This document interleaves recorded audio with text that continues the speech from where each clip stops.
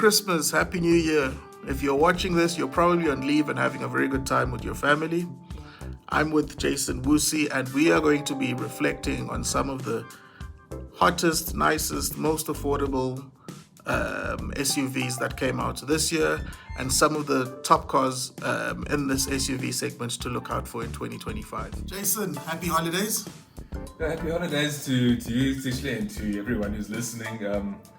It's certainly been a good year for cars, and I think there's an even better year coming up. But today we're talking about SUVs, and I mean... South Africa loves an SUV, doesn't she? Love them or don't love them, there are arguments for and against, but it is the strongest selling market segment in the country. I mean, more than half of the vehicles sold in South Africa are SUVs at the moment. I mean, they've overtaken hatchbacks and buggies, and it's what everyone wants. Everyone wants that elevated driving position, even though it kind of cancels out after a while when everyone else has an SUV.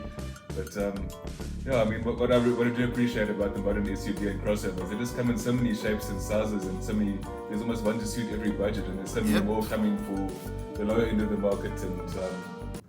And even those who are enthusiasts will still appreciate, some of the SUVs like the Porsche Macan, which I drove this year, are really sort of good to drive and still, I think, satisfying to the enthusiast. Maybe not as much so as a 911, of course, but I mean, you can't have it all, or you could try at least. But so looking at the SUV market, do you expect it to carry on the trajectory that it has been this year? I don't want to call it absolute dominance, but do you expect this market segment to continue growing? I think it will, yes. I think more and more you're going to see sort of hatchbacks being sort of slowly replaced by SUVs type products. And if you look at like VW bringing out their new entry-level SUV that'll be built locally from 2027, if I'm not mistaken. I mean, they're really expecting that to sort of fill the shoes of the Polo Vivo. It might not directly replace it, but they're expecting that to sort of become their bestseller, and people in that price range will be looking to that. So slowly but surely you're going to see that 50% possibly growing 60, 70, Who knows? And then just speaking of the SUVs in juxtaposition to the hatchback market, we've also seen like some quite, I won't say cheap, but very affordable SUVs in the market. Let's just look at those. Which SUV would you, in the budget segment, would you say, have you driven this year and enjoyed driving this year? One that really stands out to me is the Kia Sonet. Even though there's nothing revolutionary about it, I mean, they did release a facelift this year, and I was on the launch, and they've just fairly recently brought the base pricing down to below 300,000 Rand. And it's, I mean, for that, I mean, it is, I mean, like I said, there's nothing revolutionary about it, but it's just such an effective, comfortable package. It's got the 1.5 engine, which has, it's adequate for most needs. It's solid, it's durable, everything feels like it's well put together. It's just such a solid package that I'm not surprised. I mean, if you look at the recent sales figures, I mean, they're sort of up to around 1,000 a month now with that, and I think they deserve. You're doing well. Yeah, it's doing well. Same as the new Mahindra XUV 300 3X0, which I haven't driven yet, but I mean, that's also climbing up the sales. You know how I feel about that one. That's it's a very good looking. It's good looking. So much spec for the money. I mean, it's really just, you look on paper, it's possibly the best value for money SUV in the market right now. And of course, there's a lot of SUVs from China in the market, and they just keep growing. Expect obviously more of that next year. There's quite a few from China, which we'll get to in a while. Definitely, there's a whole. It's like a whole avalanche that's been coming for a while, and that's going to continue through 2025 and beyond. Okay, and then just looking at some of the so we've mentioned the Kia Sonet for some of your SUVs of 2024. Which others stand out for you? It's like I said, there's so many different options. There's so many different ends of the spectrum. We're talking about Chinese now, and the Chinese SUVs. And the one that impressed me the most this year, which I drove, was the new Jolion hybrid. They've actually brought the pricing to just over 500,000 now, so it's pretty much in the same ballpark as the Toyota Corolla Cross hybrid. And I mean, that thing is fully spec'd. It's got 140 kilowatts of power, and I think from a driving, as far as the driving experience goes, it is definitely the most satisfying model in that whole Jolion range, because I mean, some of them, some of the lower spec models can be a bit laggy, and they're not I mean, like a lot of Chinese cars have been accused of this, but the throttle calibration and all that isn't really the best in a lot of these vehicles. But the hybrid with the electric motors, it sort of cancels a lot of that out, and it's really brilliant to drive. And I've got about 6.3 liters per 100 kilometers overall for consumption, which maybe not quite as good as the Corolla Cross, but we are dealing with a more powerful package here. And I think at that price point, just over 500,000 rand, it just ticks so many boxes, and it's a good-looking vehicle. But once again, with the Chinese vehicles, they haven't been proven to the same degree as your more established manufacturers. So when you buy it, you do have to keep that in mind. That Tattering my chance. I mean, long-term durability is not. It's not completely proven, even though they do have really good warranties. So I think a lot of people will. And they're promising a lot of these unlimited warranties to the first owners as well. That seems to be like it's like a marketing trick from the Chinese. Yeah, I mean, those do come with a few caveats. I mean, they only apply to the first owner. I mean, there's million-kilometer warranties that the Cherry brands offer. It's applicable to the first owner only, and also. And you have to service it. You have to service it at their dealers or at a dealer which they approve. But I'm presuming it's only going to be their dealers. So, so you do have to read the T's and C's a bit. But those are quite eye-opening. They're obviously on a mission to really prove that they are here to stay and that they are solid and durable. So if you want to take a chance on them, that's up to you. Yeah. What about on the high end of the market? Which SUV have you enjoyed this year driven, enjoyed, and maybe one that you've got issues as well? One that really comes to mind is the Porsche Macan T. So the T models in the Porsche range, those turbos. What? No, T just stands for touring, but it's that badge has existed since the 60s, and it recently made a comeback, like in the 911 sports car, now on the Macan SUV, and it's sort of a back to basics sort of. What you say? Yeah, there's the whole vibe behind the car. It's the second most affordable model in the range, but it just doesn't have too many, all the options and all the trimmings. It's almost back to basics. It's a little bit purist. I mean, that model has a 195 kilowatt version of the Volkswagen Group's 2-liter turbo engine, which powers the Golf R and the GTI. And I just love the way they've sorted out the handling package in that model.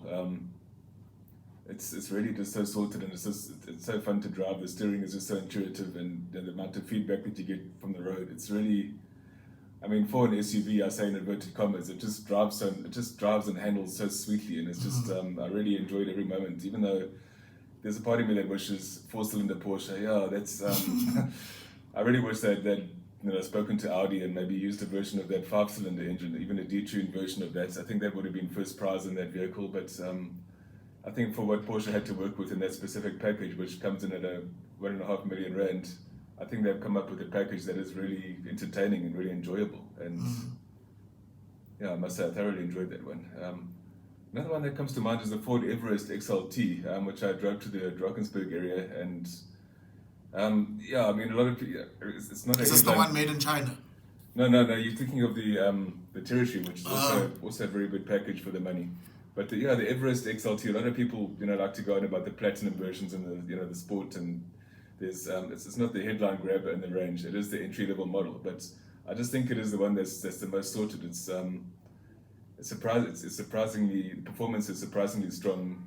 I mean, given that it is quite a heavy 2.3 ton car powered by a 2-liter twin turbo engine.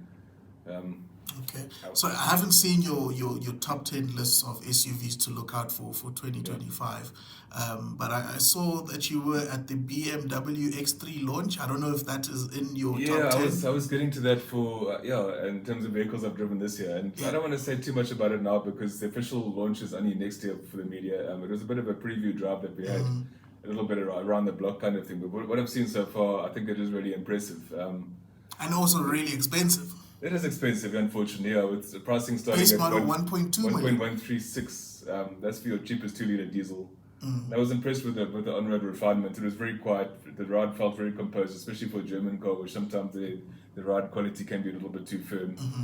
And so far I'm impressed with what I've seen. And interior looks very futuristic and sort of. It's got the new curved screen display, and it almost looks like a concept car inside. But it is mostly quite functional. I think they moved too many functions to the screen. Value for money? Yeah, I think within its ballpark, it's yeah, you gotta look at that within its ballpark, and I think it is priced competitively compared to the Mercs, and but yeah, like you say, it is expensive. I mean, it's hard to believe that an X3 actually costs that much money nowadays. It's really hard to, but yeah, personally, 2024 money. yeah, exactly. But personally, I think the X1 is maybe a slightly better package overall. I drove that last year, and I was really impressed with its functionality, and you know, it's a stylish vehicle. It just ticks a lot of boxes as well for those looking for a BMW SUV. I don't think you really need much more than that. Well, there's a feel-good story behind the X3 though, with yeah, simply that it's manufactured in South Africa and it's a big export model for us, and you know, the jobs it creates and all that. Not that I don't think that really influences too many buying decisions, but it is a good. I think it comes with a good feel good factor for that reason.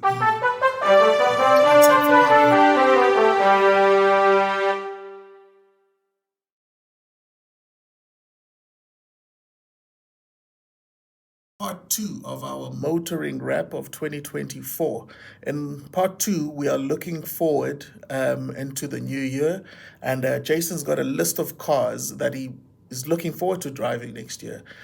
Jason, I believe you're looking forward to some Chinese gems in the SUV market. What are you looking forward to driving? Yeah, there's some very interesting options coming from China next year. One that I'm really quite intrigued by is the new Haval H7, which yeah, compared to some of the existing Haval products, I mean, it's got quite a boxy looking design, and it even looks a bit like an old 1960s original Mustang from the front. It's got that sort of weird angular sort of look to it, but I think it's going to be a very interesting addition to the market. And what we also have is the JQ J5, which I mean, we've seen the JQ J7, which is everyone refers to as a miniature Range Rover, and um, the J5 actually looks like a smaller version of that, and it's going to come into a lower price point. So it's just going to make that whole, you know, people who are looking for that kind of style will be able to get it at a lower price point. And let's not forget what you know, the sister brand Armada is coming out with the C7, which pretty much, you know, as the name implies, that's going to fit between the current 5 and 9 models. And it's about the size of a RAV4, but it's got a more striking design. It is actually quite interesting to look at.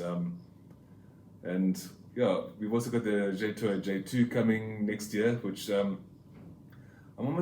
think it might even compete with the H7 if one looks at it's a bit more rugged perhaps, but I mean, it's got a design which is very much, a lot of people are comparing it to the Land Rover Discovery, and it seems to have some rugged off-roading features available too. I mean, specifications will be confirmed when it comes out, but yeah, the T2 actually does look like quite an interesting option, and that, you know, in that space, it's probably going to occupy sort of the space below Fortuna, I would imagine.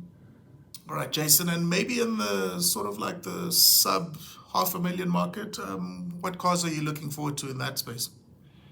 Yeah, so yeah, there are some other new options that are not Chinese that are also on the way, which could shake things up a little bit. I mean, there's the new Renault Duster, and I mean, the Duster has always been a very impressive back to basics sort of package. The new one, third generation, it looks quite a bit better, and it's also coming with a hybrid engine for the first a hybrid drivetrain setup for the first time. But I think a lot of people will be disappointed that it's no longer coming as a diesel, because the 1.5 liter diesel engine was very economical and very much loved by its fan base.